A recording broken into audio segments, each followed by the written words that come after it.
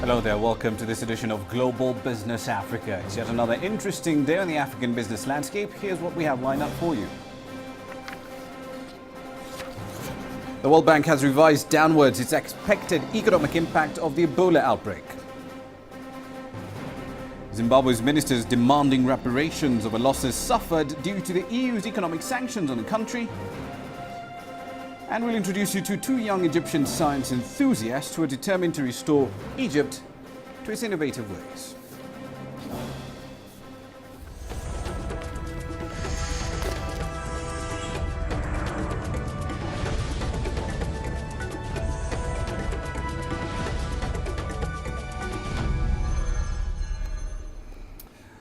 Let's start with a broad perspective as far as the Ebola outbreak is concerned. The World Bank now expects the economic losses attributable to that particular pandemic on sub-Saharan Africa's economy to not exceed $4 billion. Now that's well below the prior worst-case scenario estimate of about $32 billion worth of damage. The World Bank's chief economist for Africa, Francisco Ferreira, says the risk of the highest case of economic impact of Ebola has been reduced because of successes in containing the outbreak in some countries like Nigeria and Senegal, for example. It has, however, not gone to zero because of the great level of preparedness and focus that is still needed.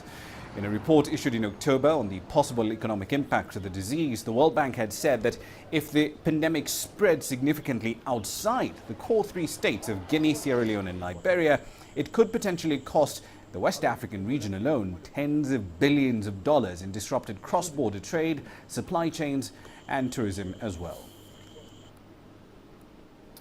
Now then, let's get you some more details on this particular development. Liling Tan is in New York right now. She joins us from that city. Liling, even under the worst case scenario, the World Bank had forecasted losses due to Ebola in Guinea, Sierra Leone and Liberia would be about $1 billion or even less. Was the earlier damage estimate of over $30 billion therefore justified?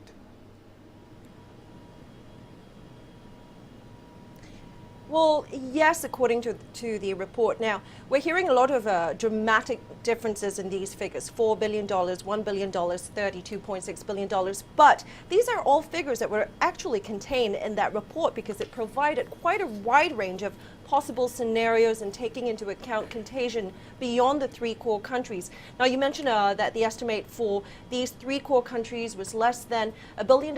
Yes, that's for these three countries. For 2015, it was estimated at $815 million.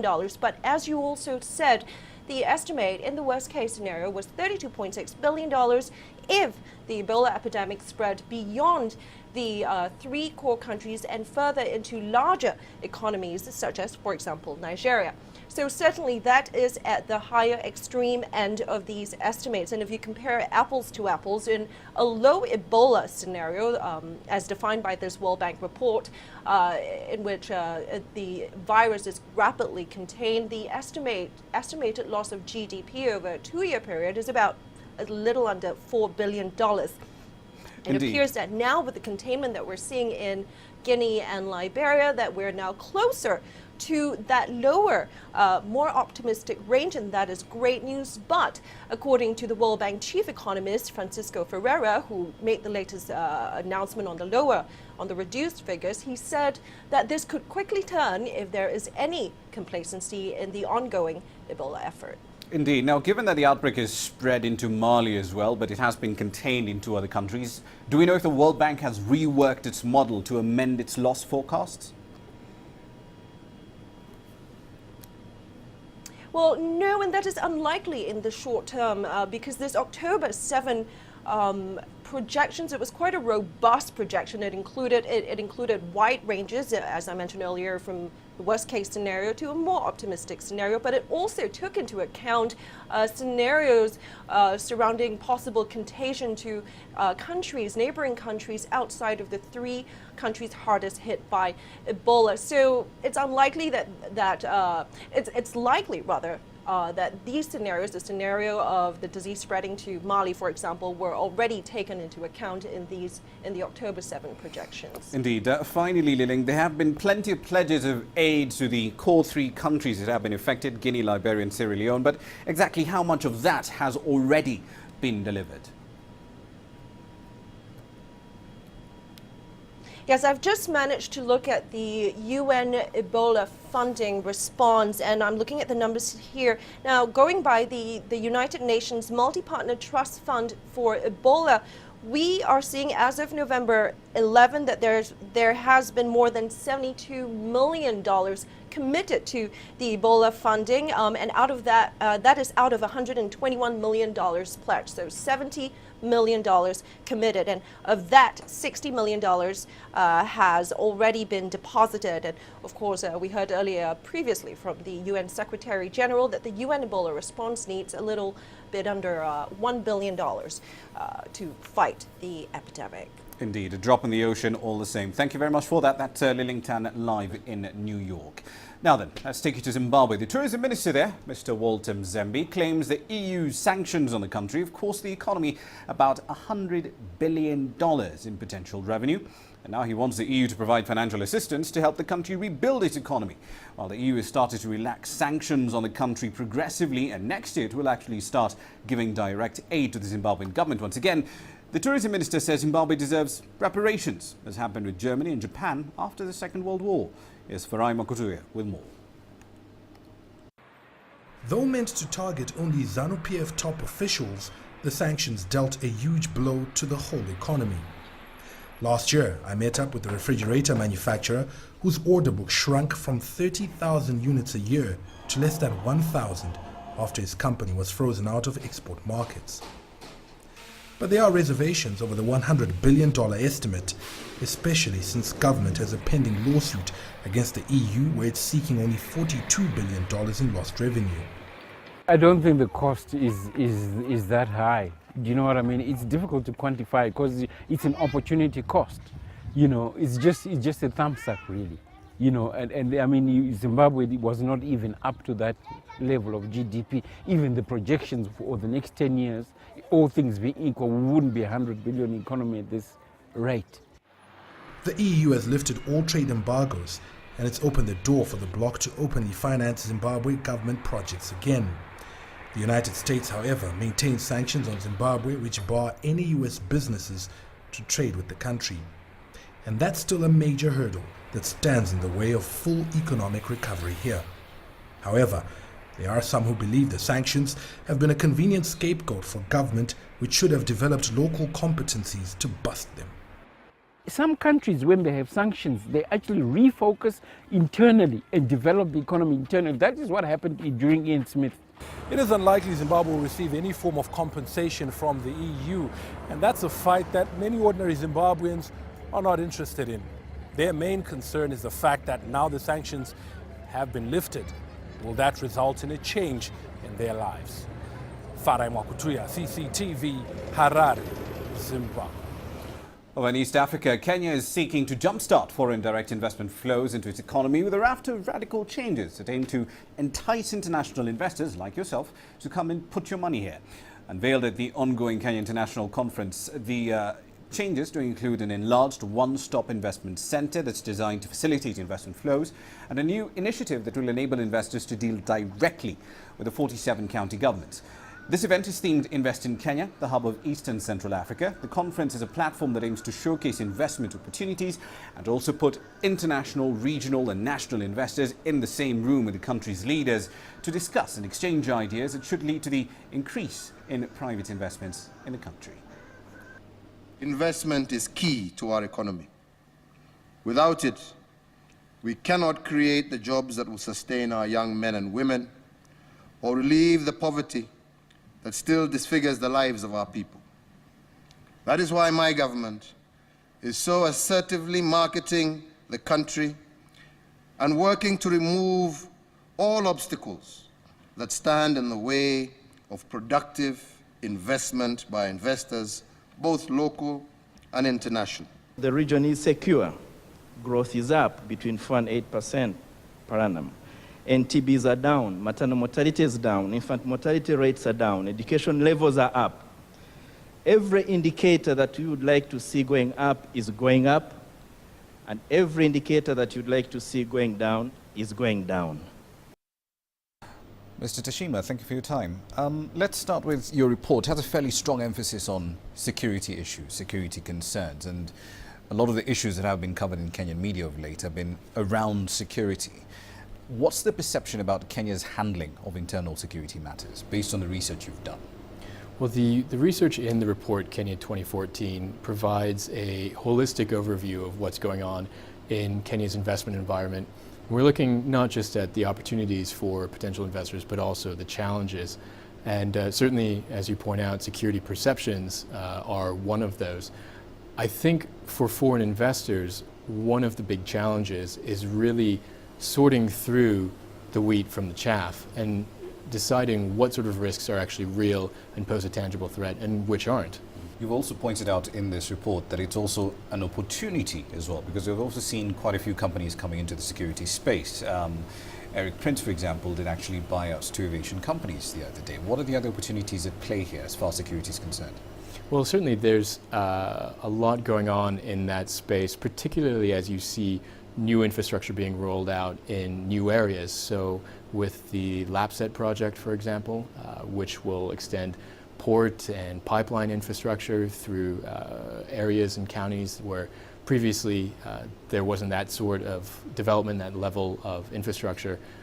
There will be need for security not only for the construction companies but also for the service companies that come around afterwards. You did focus on capital gains tax in your interview with the Treasury Secretary. He said, and I'm quoting him here, a minimal rate is charged. But surely there must be other concerns for investors with regard to CGT.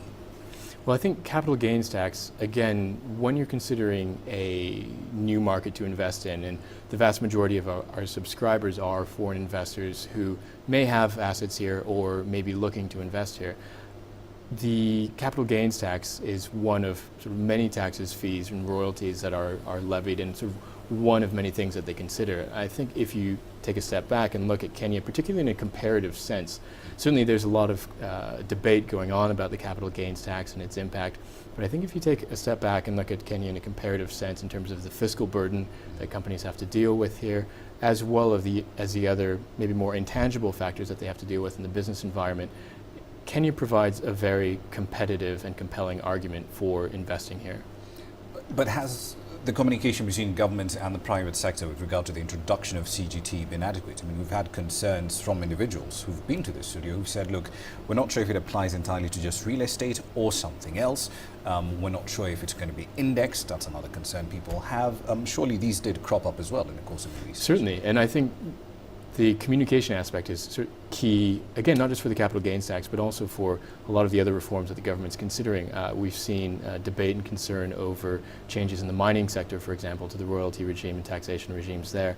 And I think one of the most important things, if you look at emerging markets and frontier markets in Africa, one of the most important things is maintaining a dialogue between the private sector and the public sector. There's an understanding that taxes certainly do need to be paid. The Kenyan government, as does any other government, need its revenues. But by the same token, the private sector needs a competitive space in which to operate. Now, the London Stock Exchange and the Nigerian Stock Exchange have signed a capital markets agreement that essentially supports African firms, especially those listed at the NSE in Nigeria, who are looking for dual listings in both Lagos and London. This 2-year deal follows implementation of an earlier one this year of a new settlement process between the UK and Nigeria. And that has made the trading of ordinary shares of Nigerian companies listed in London a lot more efficient, as well as those of British companies on the Nigerian market. The London Stock Exchange is one of the primary options for African companies that are looking to raise capital around the world. So far, 9 Nigerian firms are quoted on the LSE, and that includes 6 oil and gas explorers and 3 banks. Collectively, about 115 sub-Saharan African-focused companies are quoted on the London bourse. India's telecom operator Bharti Airtel plans to dispose of mobile phone towers in Africa, and that process will see it sell its masts in Tanzania to Helios Towers. Units in Malawi, however, will go over to Eaton Towers. Mobile operators right across the continent, especially the big ones, have been selling their masts to specialist tower firms and leasing them back in order to reduce their maintenance costs, mainly due to poor infrastructure. Bharti Airtel had earlier said it would sell some 3,500 towers across 6 African countries to Eaton and around 3,100 more in 4 countries to Helios. African mobile use is relatively low, and a prime attraction for tower companies is to build new sites to reach so far uncovered sections and to meet demand for internet connectivity. Several other telecom operators, including South Africa's MTN, have already offloaded thousands of towers. Quick run through the markets here as far as equity markets are concerned. The NSE in Kenya and Nigeria, of course, all posting sharply lower figures. Nigeria, of course, tumbling by over 2 percentage points. The EGX 30, however, still continuing its strong rise, up by about 0.4. We'll be looking at a little more macro data coming your way later on when you look at the currencies.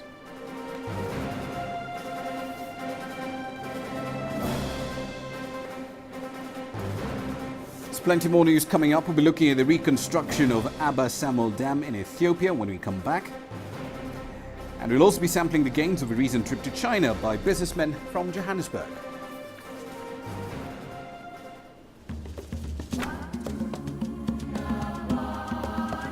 This is the first year that Africa will have more foreign direct investment than aid. And it's like the tipping point in terms of changing the way the continent is perceived. And I think this summit very much responds to that call. Now, whether it can materialize what is being announced is something that we'll have to check and see whether it happens.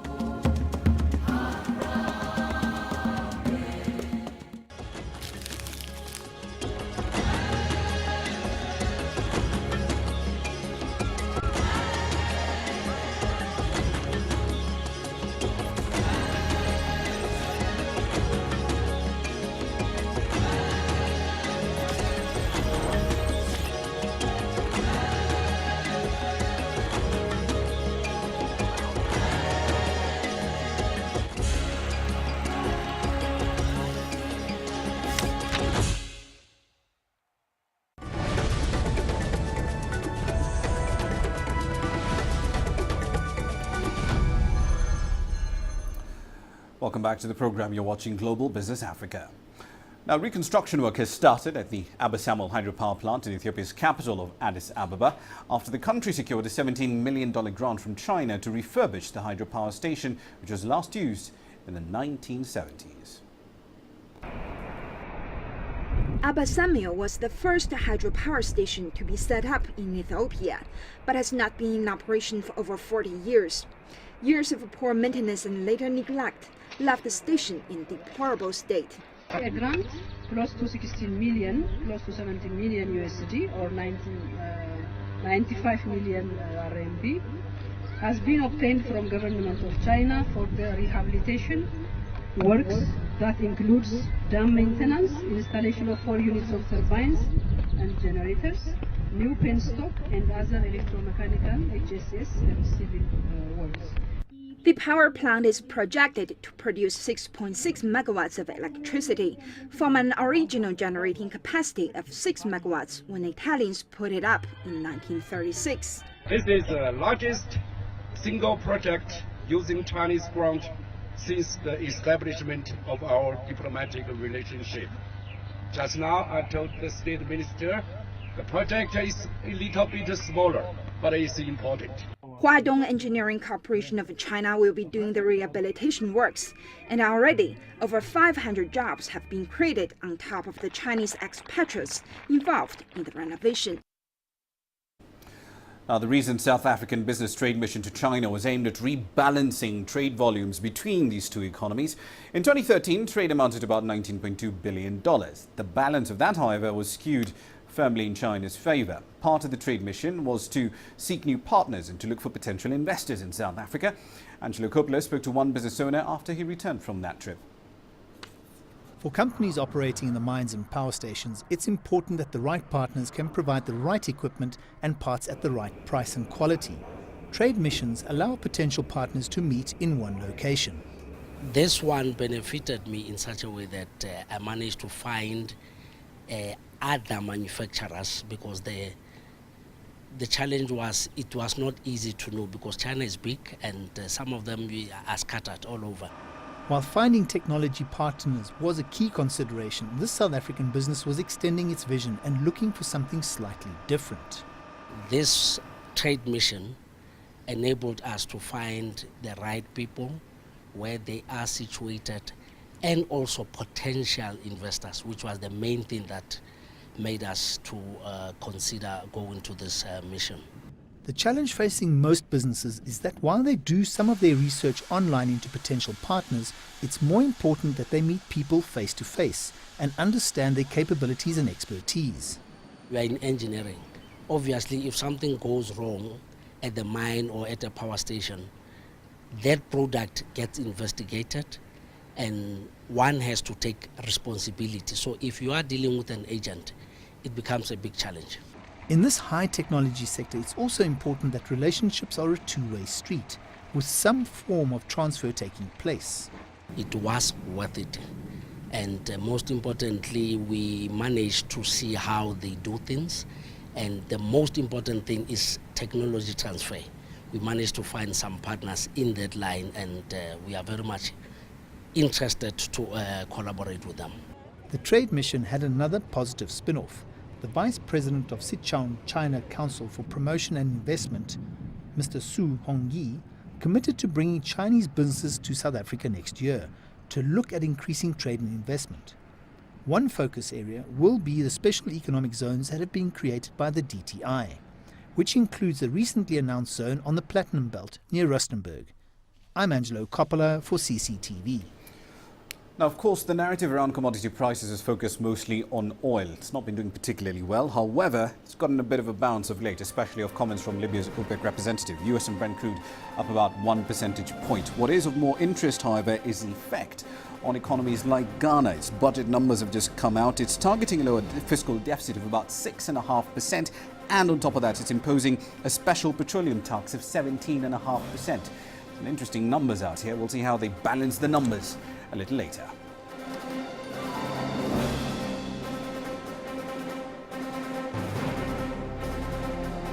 Two young Egyptian science enthusiasts are determined to restore Egypt's innovative ways. We'll tell you how when we come back.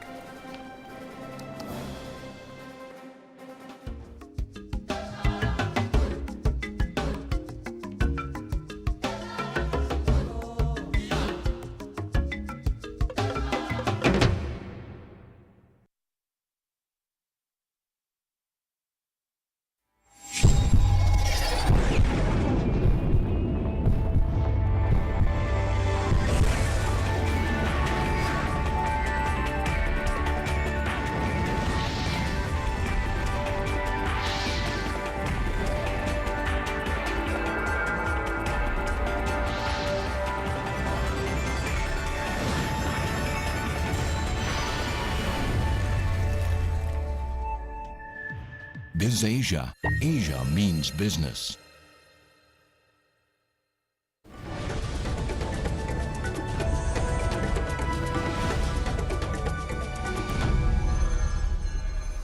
Welcome back to the program. Let's introduce you now to two Egyptian science enthusiasts who have launched a new scientific Arabic website that aims to encourage the young people in the Arab world to use more science and tech. The majority of Arabs have long shunned the sector since most of the materials available for learning in that sector are in English. As different regions in the world use science and technology to grow their economies, the Arab world lags behind. This is because most of the courses and projects are only available in English.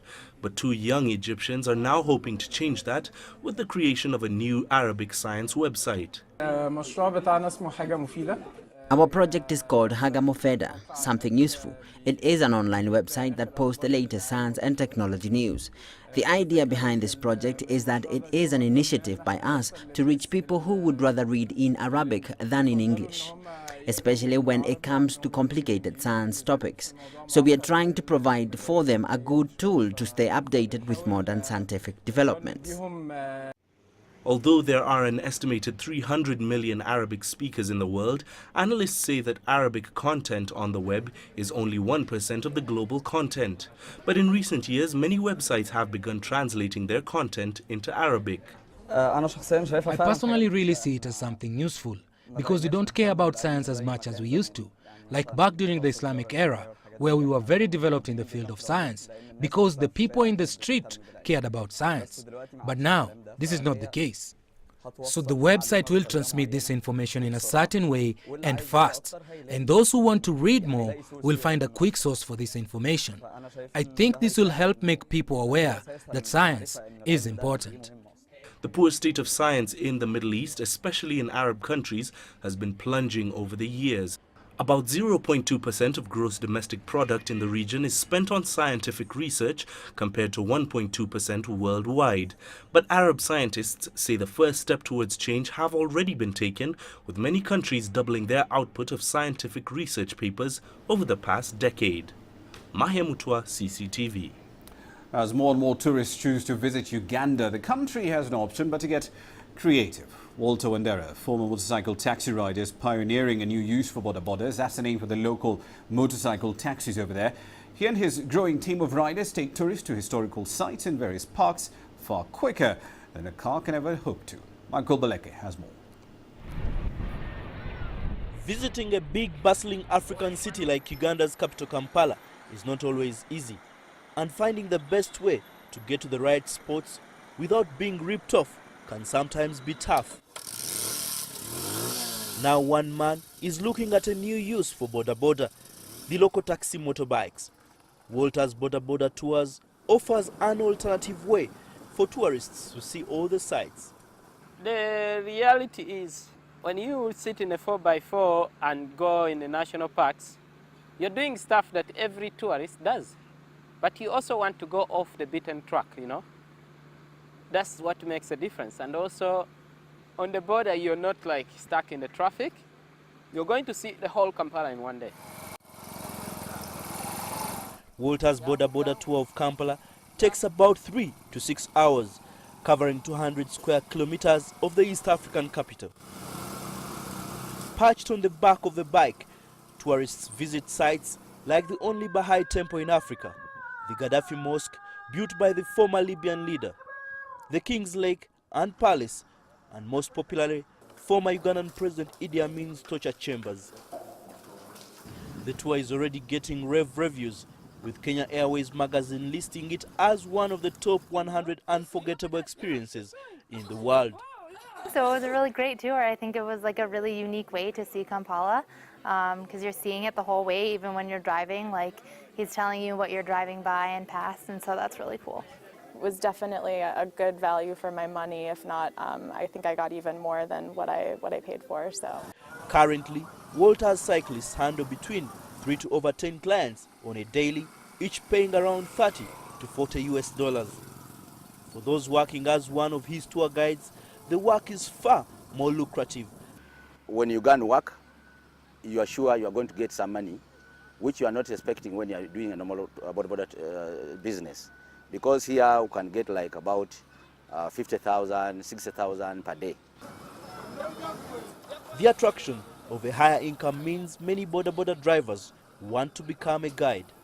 While tens of thousands of boda boda drivers struggle to make their daily living, Walter found a creative way to attract new business, a venture he has grown from just one motorcycle to employing more than 20 tour cyclists.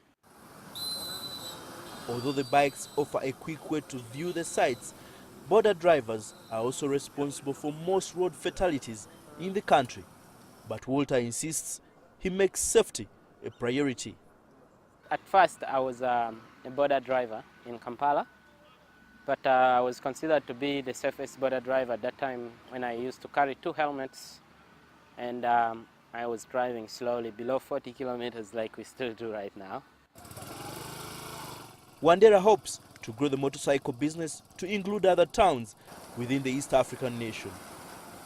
Michael Baleke, CCTV, Kampala. And that's it for this edition of Global Business. We'll see you in the next 23 hours. Thanks for watching. I'm Ramanya.